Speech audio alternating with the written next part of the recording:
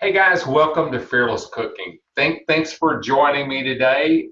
Before I get into what we're doing, just real quick, if you want to ask questions, there's a Q&A or a chat feature. Either one of those, you can ask the question and then Jude will relay the question to me. So today we're doing cabbage soup. And I don't know about you, but cabbage soup was not something that if I heard as a kid we were going to have cabbage, I was going, yay, because it was like, I think I let the smell like turn me off, right? And what I realized as I've gotten older is that a lot of times smells can be deceiving. I love like blue cheese and Parmesan cheese and all the different cheeses, and I love fish sauce, and that stuff smells horrible. So it's like you kind of have to get past the smell on some stuff in order to kind of experience the full scope of food. So anyway, we're doing cabbage soup, and before we get too carried away on this, I'll tell you what, I'll go through the ingredients real quick, and then we're going to talk a little bit about what one of my buddies that writes, actually it's not my buddy, it's just the fact that he hung out with Bourdain, and I always held Bourdain in high esteem. And I guess this guy's book, this particular writer has introduced me to a lot of things kind of in the culinary world, and I'll explain that in a second. So anyway, here's what we got. I've got ground pork, but like I said in the email, you can use any kind of protein, ground protein that'll work with this. Ground beef would work great with it, ground lamb, chicken, turkey, you name it, okay? We've got shallots. We have, and if you don't have shallots, you can use onions. I've got jalapeno just because I wanted to add a little bit of a bite to it, a little bit of garlic, and then salt and pepper. And then this is one thing that didn't show up in your ingredient list. I'm going to be a guinea pig with this, and I'll explain why in a minute. Which is, what is it? So this is caraway seeds, but like I said, we'll get into caraway seeds in a minute. Oh. Okay. Chicken stock, diced tomatoes, concentrated tomato paste. I'm going to use olive oil instead of avocado oil, but you're certainly welcome to use either one. Coconut milk, fish sauce, and shiitake mushrooms, and of course the star of the show, cabbage. Balsamic, you also have some balsamic vinegar as well. Yeah. Okay. So, and then this is the red that I'm drinking, which is Tromaresca. It's a Naprica. I don't know what the hell it's a red wine. Okay, and it's okay. It's not like, I'm not going to go buy a case of it. I had a bottle of it and went, this is okay. I also have a guest over here that's rolling around on the floor. We're pet sitting, so Leo's down there on the floor. Hopefully he won't make too much of an entrance. So here's kind of where we're starting with this.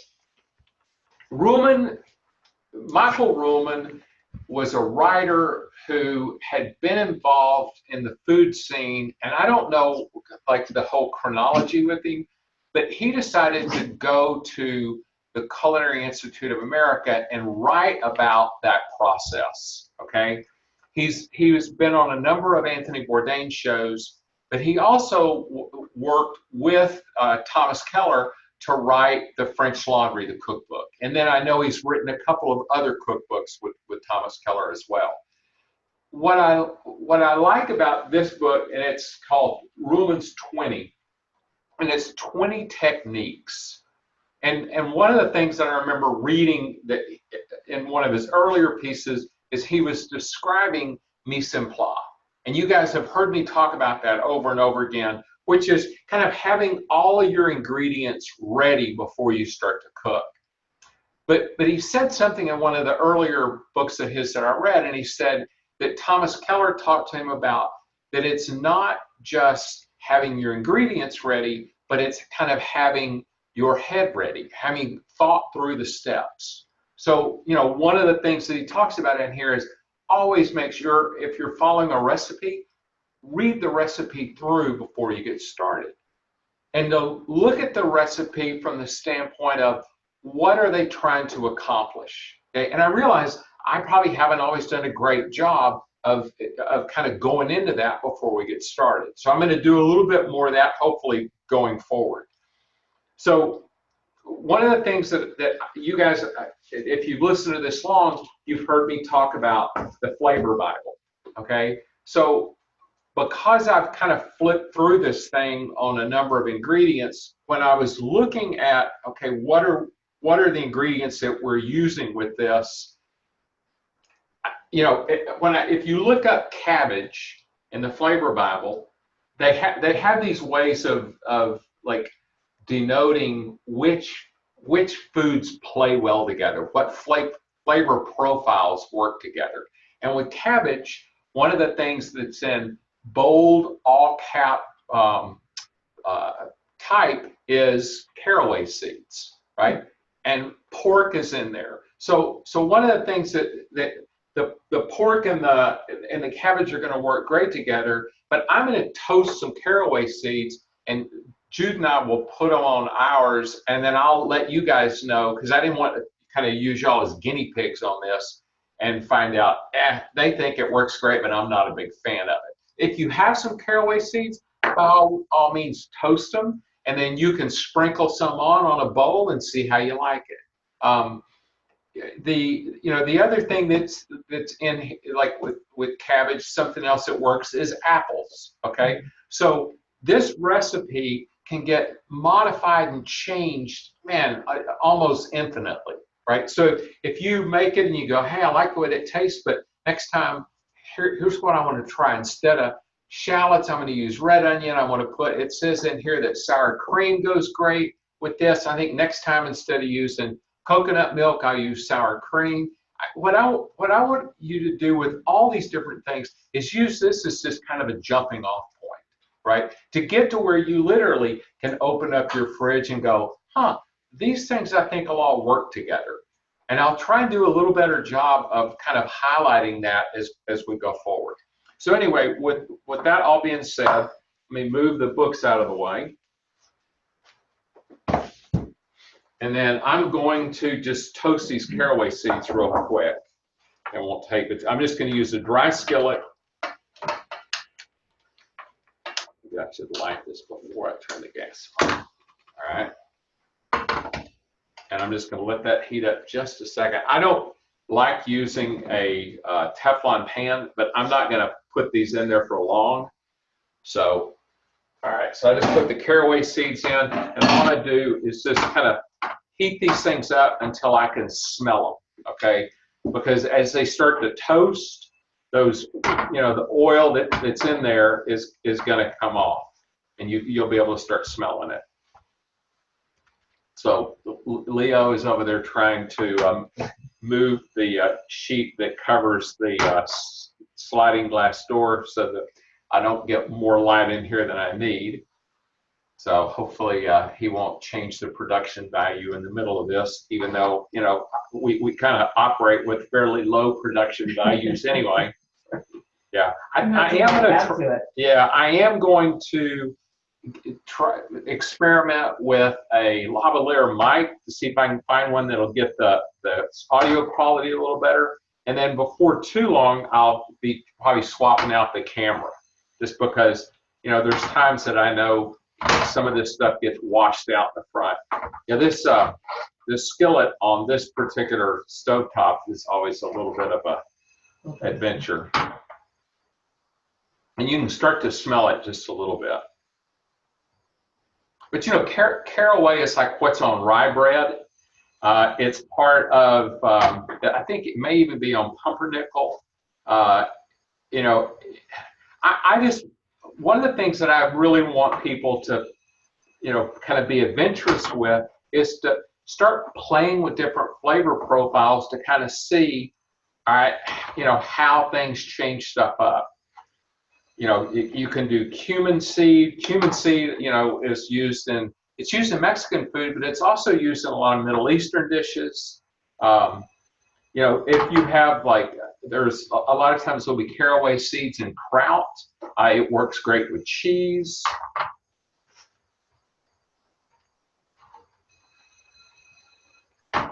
We're getting closer.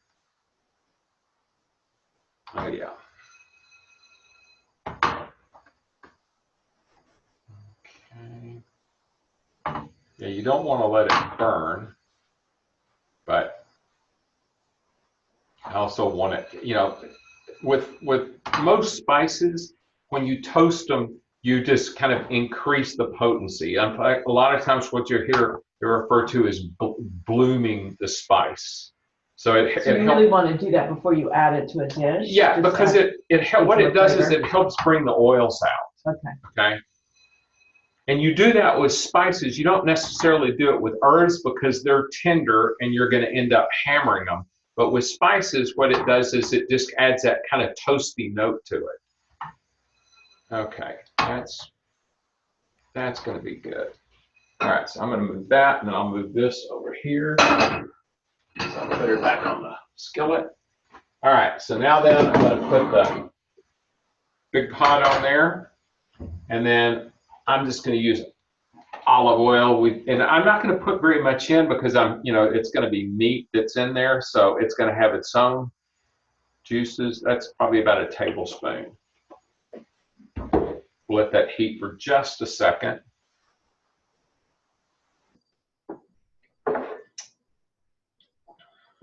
And then I'm going to put the pork in, and I'm going to let it cook just for a minute to where it kind of starts to, you can tell that it's like starting to sizzle some. Then I'll add the shallots, the garlic, the jalapenos. Let that cook for just a minute, and then I'll add the shiitakes.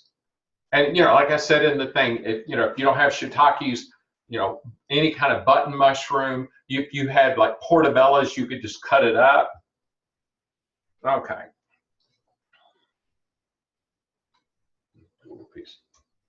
Yeah, let's get a little bit hotter. So you just put a little piece in to see if Yeah, it made just to that see, sound? yeah, because I didn't want to drop the whole thing in. Yeah. Because what you're wanting to do is you're wanting to brown the meat. You're not wanting to boil it. Okay. So it has to be really, really hot. No, it doesn't, because it doesn't have to be like screaming.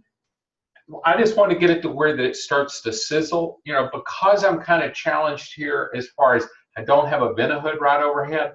I don't really want to like completely smoke the joint out. Yeah. Yeah, and plus I'm going to be putting the jalapenos in there, and as you guys have seen on some of these in the past, or if you've experienced it firsthand, when you put jalapenos into oil, they let off that or wonderful jalapeno gas, and that can get pretty noxious. Okay. So now I'm going to add. Ready? Yeah. I'm just dropping this in with my hands. And then I will move this out of the way and wash my hands.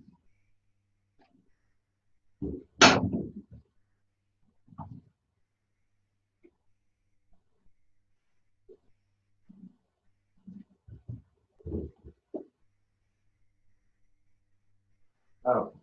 Now what I do with this is I just use a wooden spoon to kind of smash it out in the bottom so that because what I want to do is get some color on it. And it also kind of gives that bed then to put the other stuff down on top of. I'm not really worried too much about trying to brown the shallots. This is probably more like sweating them. And So did you just sort of cover the bottom of that? Is that what you've done? yeah, I just kind of made I'll show you. So I just kind of made a meat blanket on the bottom of it. There we go. So that it cooks more evenly. Mm-hmm. And I'll put a little, one of the things too is I always like trying to add the salt in layers as I go. So everything, I don't like load it up at the end. Okay. I like to add salt to it as I'm doing it. I just stir it so that I make sure that I kind of get the salt through all of it.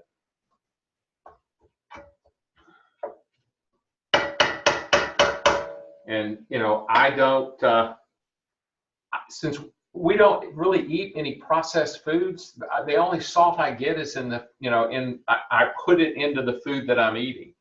So I'm not so worried about adding salt to stuff because I'm not, getting a can of something that's loaded up with salt. All right, so now then that it's, so, you know, we got a little bit of browning going on. I'm going to let that go for just a few minutes longer. Then I'll add the other to it. So you don't let it get all the way brown before you add the No, other? because, I mean, and you could. One of the things that I like about this dish, and I put 2 pounds in because the cabbage head that I have is a lot larger than the one that I did the other day. And I'd said in the instructions, you know, if you've got a little head of cabbage, a pound of meat's going to go great with that. With this, since there was so much, I wanted to go ahead and use 2 pounds. Plus, I just like ground meat. All right. Actually, a good for breakfast too, not just yeah, this stuff. with an egg on it. Yeah, so Jude and I did this. I guess it was last week or week before last. We'd fix this stuff and then we'd just fry an egg and put the egg on top, and that was breakfast. Which, you know, I know that's, and I just put the shallots in. I'm going to put the garlic in. And then I'm going to put the jalapenos in. All right. So now you put all those in at once. All goes in at once. And, you know, like I said, what I was going to say earlier is that the thing that I like is I like dishes that can come together in a hurry that don't require a ton of babysitting. And that's really with this one. You kind of stir everything in, and then if you want to let it, you know, sit there and simmer for a while, you can. But, you know, at the end of the day, if the meat's cooked all the way through, you know, it's good to eat. Now, will it benefit from some additional time? You know, absolutely. And I'm going to put a little bit more salt in because I just added the other ingredients. Another layer. A little, yeah. And like I said, I don't put a ton in. Okay. And I'm going to give that just a second. And then I'll add the shiitakes. Now, let's talk a little bit about kind of what we're doing here flavor-wise. So shiitakes are something that has a lot of umami.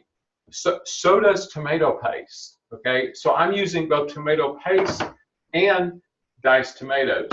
The thing that's nice about the tomato paste is it's been cooked down for a long time, so it really concentrates the flavors. I'm adding coconut milk just because I like that kind of richness that it adds, and then I'm just going to eyeball the chicken stock because I'm just kind of looking for, more than anything, you know, what's the consistency that I want. Mm-hmm. And then, you know, there's liquid in the diced tomatoes as well.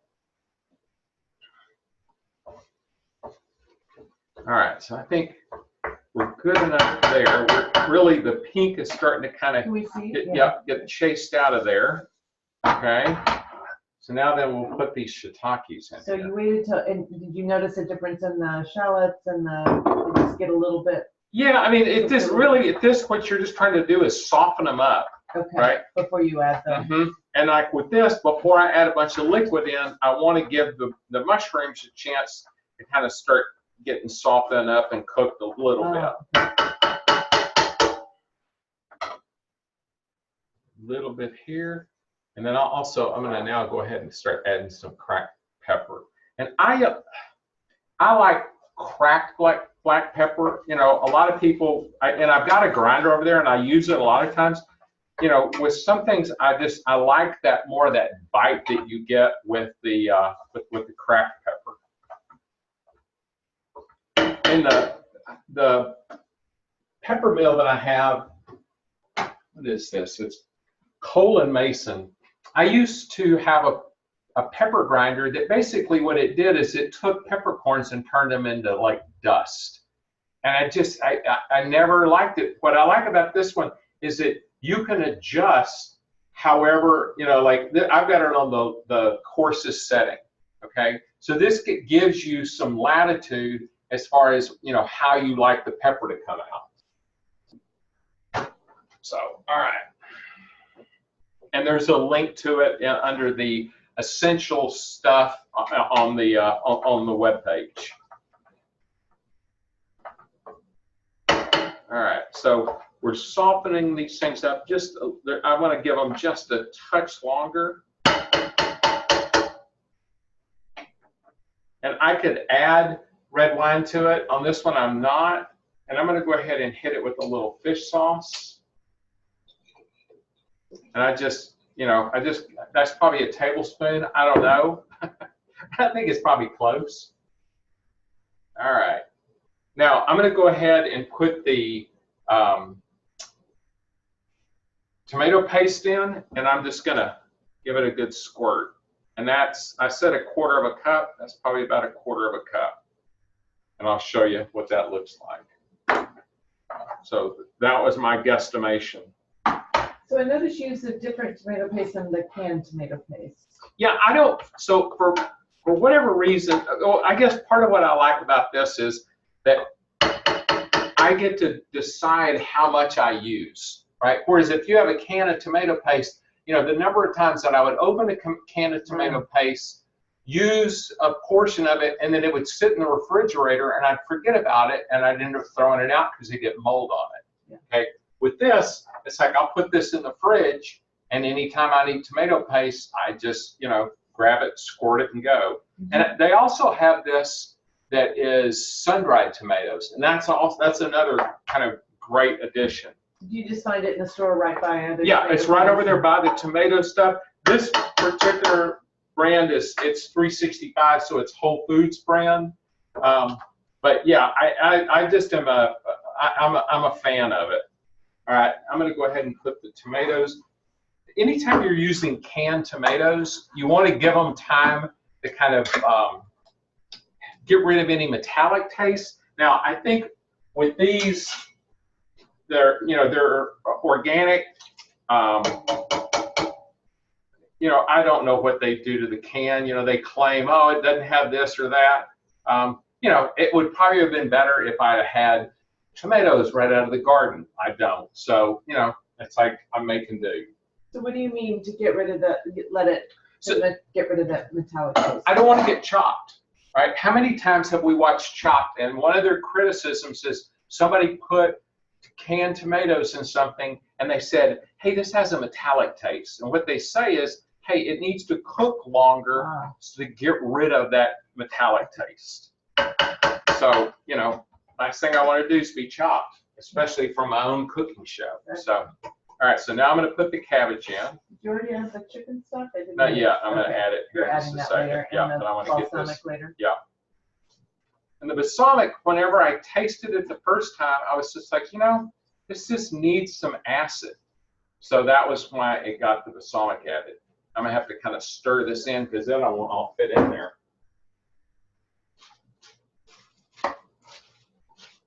So this will cook down. So I'm just going to I'll add this in here to facilitate the cooking down. It's the chicken stock now. Yeah, this is the chicken stock. All right. And then I'm going to put the balsamic in a little closer to the end. Because? I don't know. It's like most of the time with acid, you typically want to add it later. And that's just kind of an eyeball on the. Yeah, it says a full cup. Yeah. And that's probably because this thing was a full can earlier with just enough taken out for your coffee this morning? Yeah. Okay. Now I'm going to add some salt to it because I've added quite a bit of ingredient in there. And what, are you just doing this over medium or high heat? With this thing, yeah, I would say kind of a medium high. I mean, this thing will absolutely crank, but for most stoves, this would probably be kind of a medium high. You don't want to cook it too fast. No, you need to... no.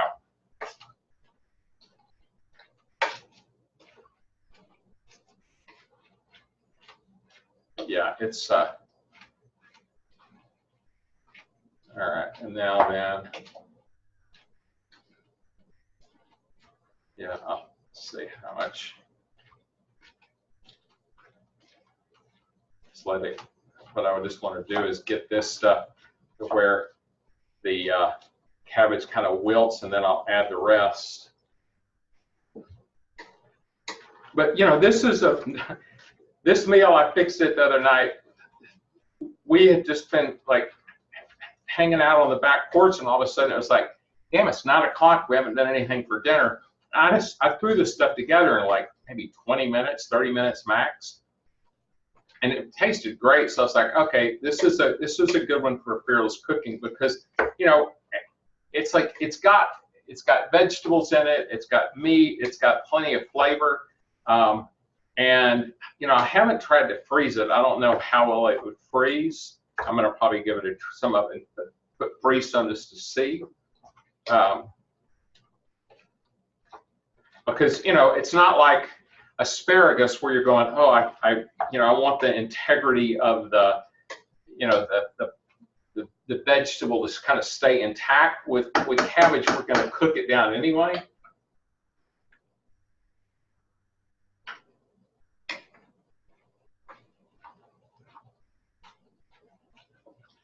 So we just need to get a little bit more wilt on the cabbage. Actually, you know what? I think I'm just going to say that we have enough cabbage in there. Yeah. So I'll have cabbage. I can like make slaw or something with that. This way, because you want the right proportion of meat to the vegetable. Yeah, and that's why it definitely needed the 2 pounds. Mm-hmm. All right, so now then we'll add a little bit of balsamic, and then I'm going to taste it here in just a second.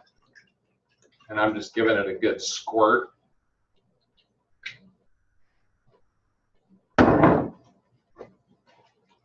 Yeah, you can smell it. Smells wonderful. Mm-hmm. So instead of balsamic, we could have used apple cider vinegar. You could have used red wine vinegar. You could have used, well, I mean, that's the one thing about vinegars. I mean, there are an inexhaustible number. I mean, I used to have date vinegar. There's all kinds of like ones that they use in like a lot of Middle Eastern meals. So what is the role of the vinegar in this dish? So what it does is it's just like if I added lime. Okay, in other words, it's a form of acid, right? So that's the whole purpose is to brighten it.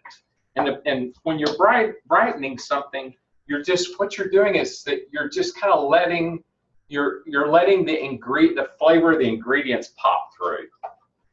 It's it's like it would be it's a contrast.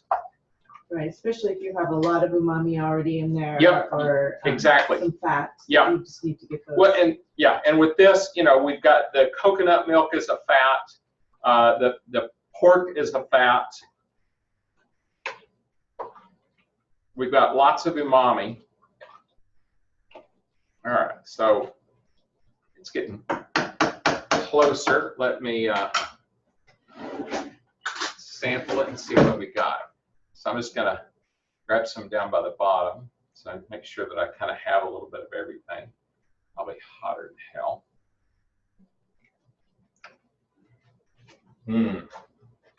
Yeah, I like that a lot. Excuse me. So how long do you cook it then? What do you want the cabbage consistency to be? So what's nice about this is like, this will be great right now. It will be great in 30 minutes, Mm-hmm. What I would do, and what I will do with this is just let it simmer for a few more minutes. And then the other thing that I'm gonna do, instead of putting this on here right now, I'm just gonna, so I just tasted that. Mm-hmm. And you're then. So that was a caraway seed, the Okay. toasted caraway seed. So I'm just like kind of juxtaposing those, going, all right, how will that work? It'll work great because it's going to give it some textural components. It's going to give it this like an interesting taste. But like I said, what I would suggest is if you have some caraway seeds, toast them. All right, put them on the side. Also, get a wedge of lime, even after you put if you use balsamic or if you use a different vinegar, and then just experiment with, okay, here's a bowl like it is now. I'm going to take a bite. All right, let me put some lime on it. Let's see what that tastes. See what it tastes like with the caraway. Mm-hmm. Okay, one of the things that Ruhlman talks about in here is about salting foods, and it's like you can taste something, and then add just the smallest amount of salt and see the difference that that makes. What you want to do is stop prior to getting a salty taste, because what you want with the salt is just to bring the flavors up. Okay. Other thing that salt does is that it helps kind of diminish the bitter flavors. Okay. So anyway, I think we're really good to go on this. So this is a little on the warm side now. Okay. So there's what we're looking like. Okay. It can go a few more minutes, but really this thing is done. It's just going to sit here and simmer for a few minutes. We're 30 minutes, which is, you know, that to me is kind of ideal. You know, a meal in 30 minutes, right? And granted, I spent some time ahead of time, you know, chopping. But the other thing I would encourage you to do is, you know, enroll other people that are going to be involved in the meal to help you with the prep, okay? And especially if you've got kids, if you can find ways to get them involved with the process, it makes them a little more invested in the outcome. So next week, we're going to do zucchini and feta cheese pancakes. And I haven't figured out the protein yet. I'll figure that out tomorrow. It'll probably be some type of a chicken that we can also do on the stovetop. But I made these the other day, and they are fabulous. So I think you'll really enjoy them.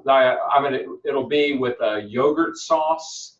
But like I said, I think you'll really enjoy it. So I will get that information out early next week.